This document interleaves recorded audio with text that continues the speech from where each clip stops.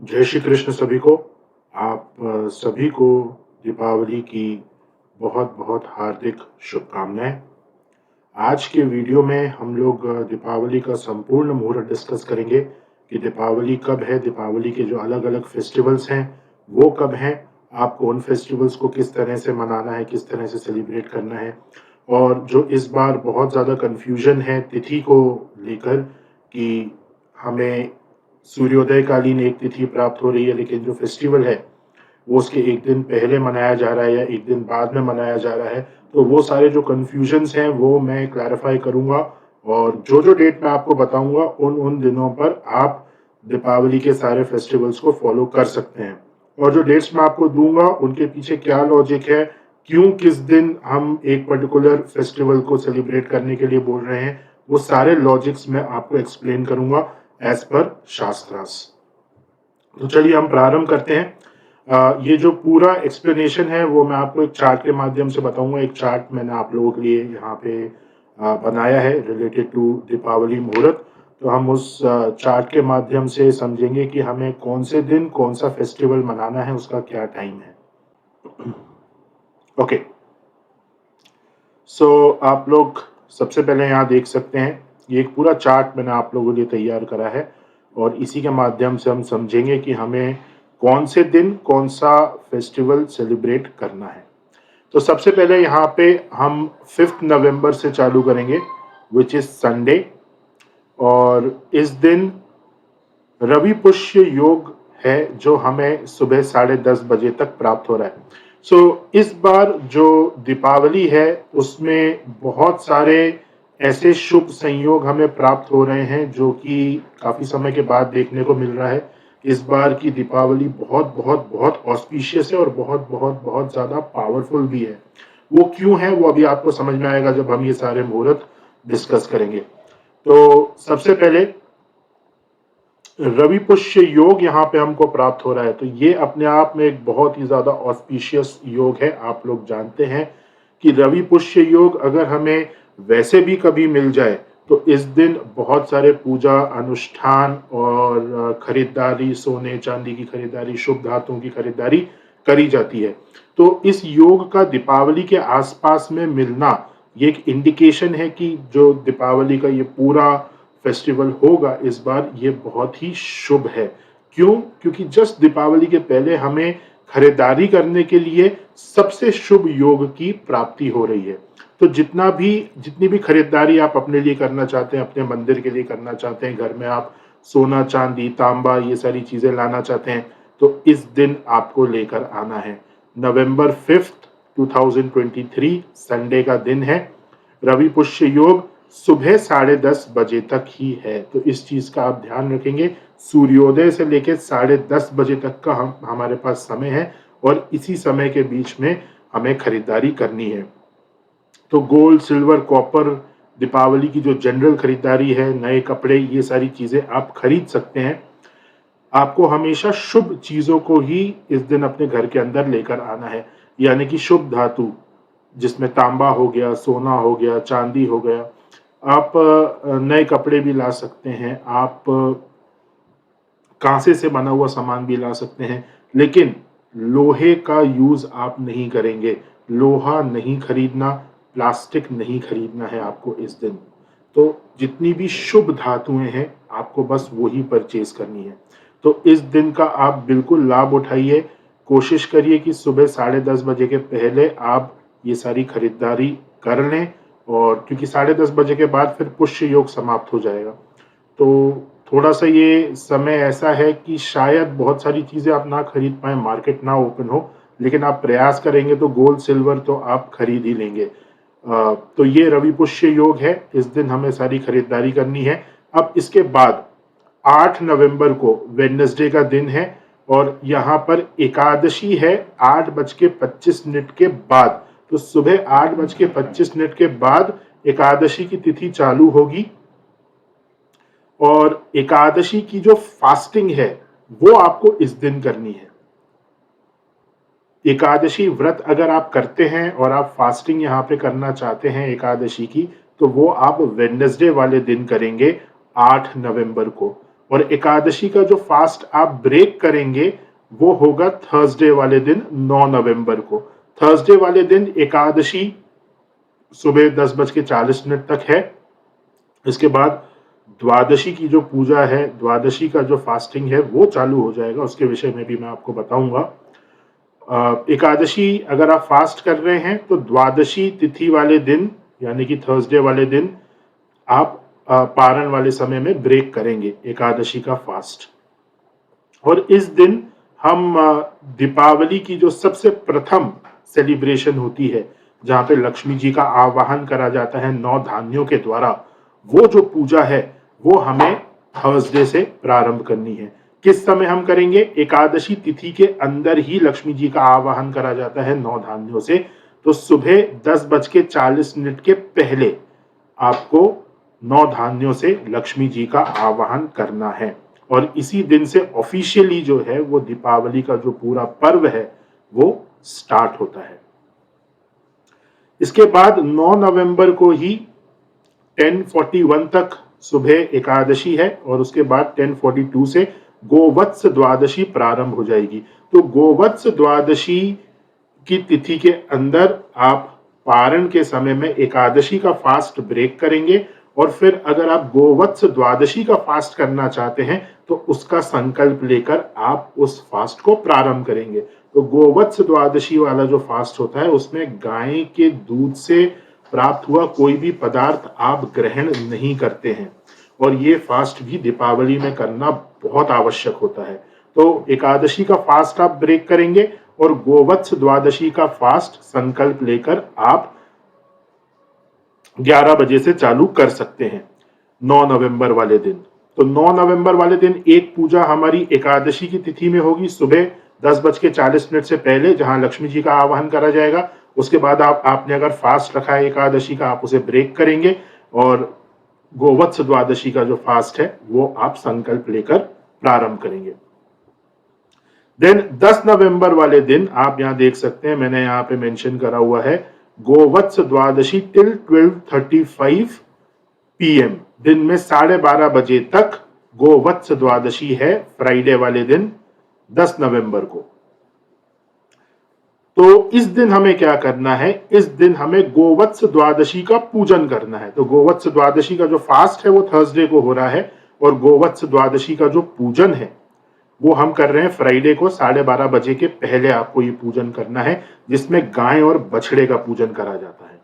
तो again fasting जो हम चालू करेंगे गोवत्स द्वादशी की वो थर्सडे को होगी 9 नवंबर को, और जो गाय और बछड़े का पूजन करा जाता है गोवत्स द्वादशी वाले दिन वो फ्राइडे को किया जाएगा दिन में 12:30 बजे के पहले। देन अगेन फ्राइडे वाले ही दिन 10 नवंबर की जो डेट है फ्राइडे, यहाँ पे द्वादशी तिथि 12:30 बजे तक है और उसके बाद 12:30 बजे के बाद धन त्रयोदशी इसी दिन सेलिब्रेट हमें करनी है। अब यहाँ पे एक कंफ्यूजन है बहुत सारे लोगों को कि धन त्रयोदशी की जो सूर्योदयकालीन तिथि है वो तिथि तो सैटरडे को आ रही है, तो फिर हम धन त्रयोदशी फ्राइडे को क्यों सेलिब्रेट कर रहे हैं? तो देखिए यहाँ पे धन त्रयोदशी के लिए जो शास्त्रों में सूत्र बताया गया है वो है कि आप को सिर्फ और सिर्फ तिथि यहाँ पे नहीं देखनी है। यहाँ पे सिर्फ सूर्योदय कालीन तिथि हमें नहीं देखनी है, यहाँ पे हमें क्या देखना है? त्रयोदशी तिथि हो और उसके साथ साथ प्रदोष काल भी हो तो धन त्रयोदशी मनाई जाती है। यानी कि त्रयोदशी तिथि उसके साथ प्रदोष काल मतलब शाम का समय। तो ये दोनों चीजों का होना जरूरी है धन त्रयोदशी के लिए, और जब ये दोनों चीजें हमें प्राप्त होगी उसी तिथि पर उसी दिन हम धन त्रयोदशी सेलिब्रेट करेंगे। तो अब यहां पे आप देखिए, यहां पे फ्राइडे वाले दिन 10 नवंबर वाले दिन धन त्रयोदशी 12:35 के बाद है और शाम के समय यानी कि प्रदोष काल के समय इसी दिन 10 नवंबर को हमें त्रयोदशी प्राप्त होगी।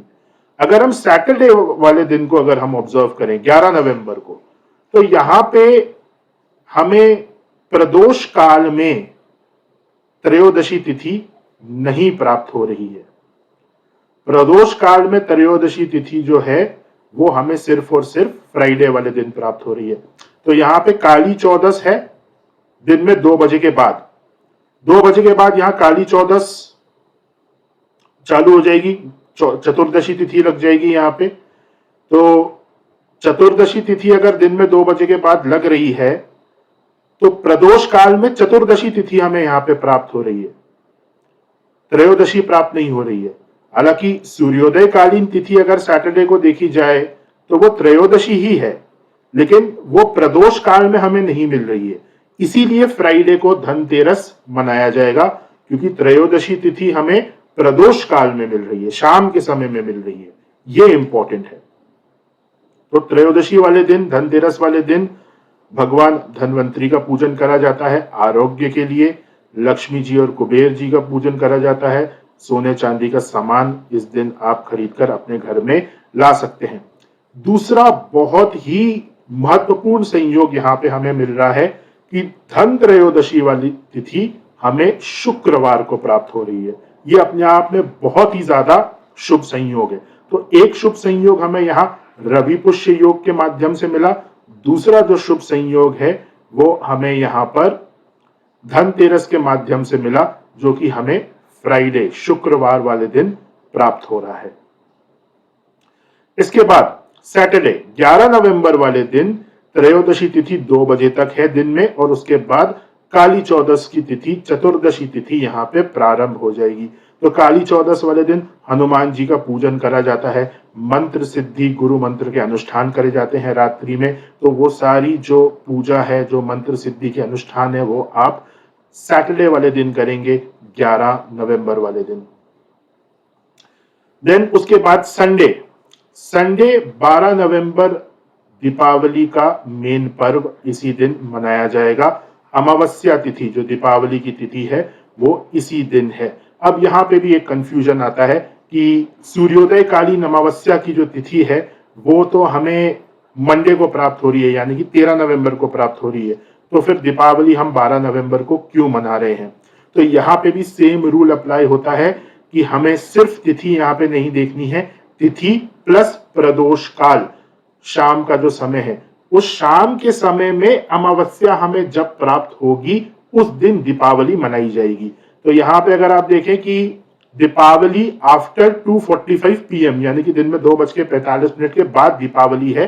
तो शाम के समय में, प्रदोष काल के समय में दीपावली जो अमावस्या तिथि है वो हमें 12 नवंबर संडे को प्राप्त हो रही है। 13 नवंबर को तो ये नहीं प्राप्त हो रही है। क्यों? क्योंकि अमावस्या की तिथि जो है वो सिर्फ 3 बजे तक ही है दिन में, उसके बाद प्रतिपदा तिथि लग जाएगी।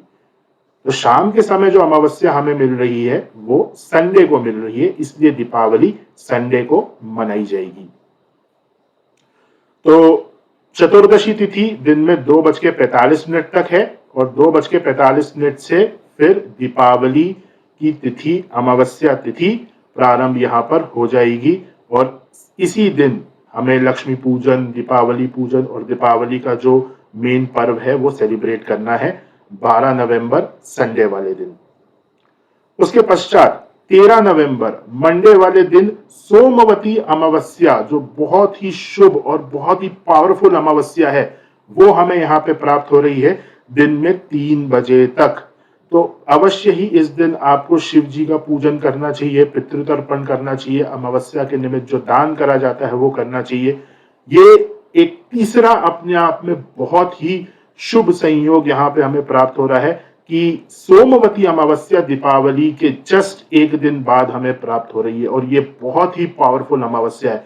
तो एक पहला शुभ संयोग रवि पुष्य योग के माध्यम से हमें मिला। उसके बाद धन त्रयोदशी जो हमें प्राप्त हुई है फ्राइडे वाले दिन, वो एक दूसरा संयोग है। और तीसरा जो शुभ संयोग है वो है 13 नवंबर को, जिस दिन हमें सोमवती अमावस्या की तिथि प्राप्त हो रही है। सबसे ज्यादा पावरफुल जो अमावस्या होती है वो सोमवती अमावस्या होती है। तो इस दिन अवश्य ही आप शिव पूजन, पितृतर्पण और अमावस्या के निमित्त दान करें। उसके बाद 14 नवंबर को ट्यूसडे वाले दिन बलि प्रतिपदा की तिथि है, दिन में 2:45 तक। कार्तिक मास जो है वो इसी दिन प्रारंभ हो रहा है। कार्तिक मास के साथ साथ बलि प्रतिपदा में जो हम दान करते हैं राजा बलि के निमित्त, वो दान आपको इसी दिन करना है। अन्नकूट जो 56 भोग लगाए जाते हैं माता लक्ष्मी को और भगवान श्री कृष्ण को, वो भी इसी दिन लगाए जाएंगे। और साथ साथ गोवर्धन पूजा भी आपको इसी दिन करनी है। Date is 14th November, Tuesday, time is before 2:45 PM। तो प्रतिपदा की जितनी भी रिचुअल्स हैं वो आप दिन में 2:45 के पहले पूर्ण कर लेंगे। देन 15th नवंबर वेडनेसडे वाले दिन द्वितीया तिथि है, दिन में 1:50 तक। और इस दिन हम भाई दूज का फेस्टिवल सेलिब्रेट करते हैं और चित्रगुप्त पूजन करते हैं। तो ये जो सेलिब्रेशंस हैं ये आप दिन में 1 बजे के पहले समाप्त कर लेंगे। तो इस प्रकार से ये पूरा दीपावली का संपूर्ण मुहूर्त है। और मैं उम्मीद करता हूं कि आपको सारी चीजें क्लियर हो गई होंगी। अगर आपको कोई डाउट है तो आप नीचे कमेंट सेक्शन में पूछ सकते हैं। नाउ मैं फिर से आपको ये बताना चाहता हूं कि इस बार जो दीपावली का ये पर्व है ये बहुत पावरफुल पर्व है। बहुत शुभ संयोग यहाँ पे प्राप्त हो रहे हैं, जो मैंने अभी आपको दिखाया।